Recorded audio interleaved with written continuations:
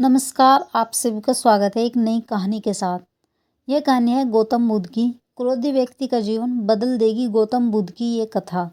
एक दिन गौतम बुद्ध अपने शिष्यों के साथ एकदम शांत बैठे हुए थे। उन्हें इस प्रकार बैठे हुए देख शिष्य चिंतित हुए कि कहीं वह अस्वस्थ तो नहीं है।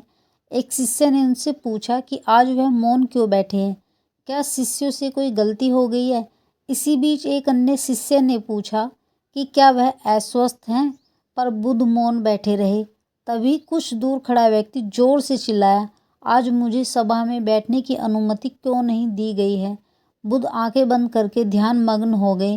वह व्यक्ति फिर से चिल्लाया, मुझे प्रवेश की अनुमति क्यों नहीं मिली।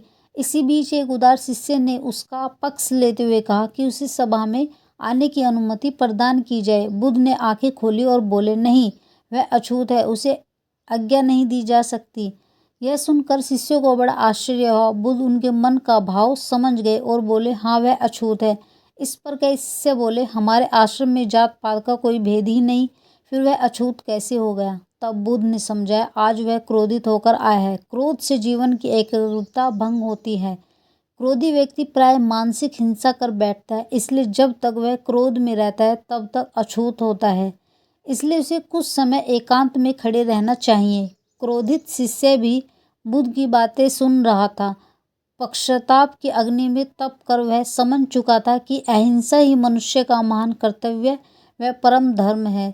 वह बुद्ध के चरणों में गिर पड़ा और कभी क्रोध न करने का प्रण लिया। इस कहानी से यही शिक्षा मिलती है। आशय यह है कि क्रोध के कारण व्यक्ति अनर्थ कर बैठता है और पश्चाताप उसे बाद में होता है, जिसका कोई लाभ नहीं मिलता। इसलिए हमें क्रोध नहीं करना चाहिए। असल मायने में क्रोधित व्यक्ति अछूत हो जाता है और उसे अकेला छोड़ देना चाहिए। क्रोध करने से तन, मन और धन तीनों की हानि होती है। क्रोध से ज़्यादा हानिकारक कोई और वस्तु नहीं है।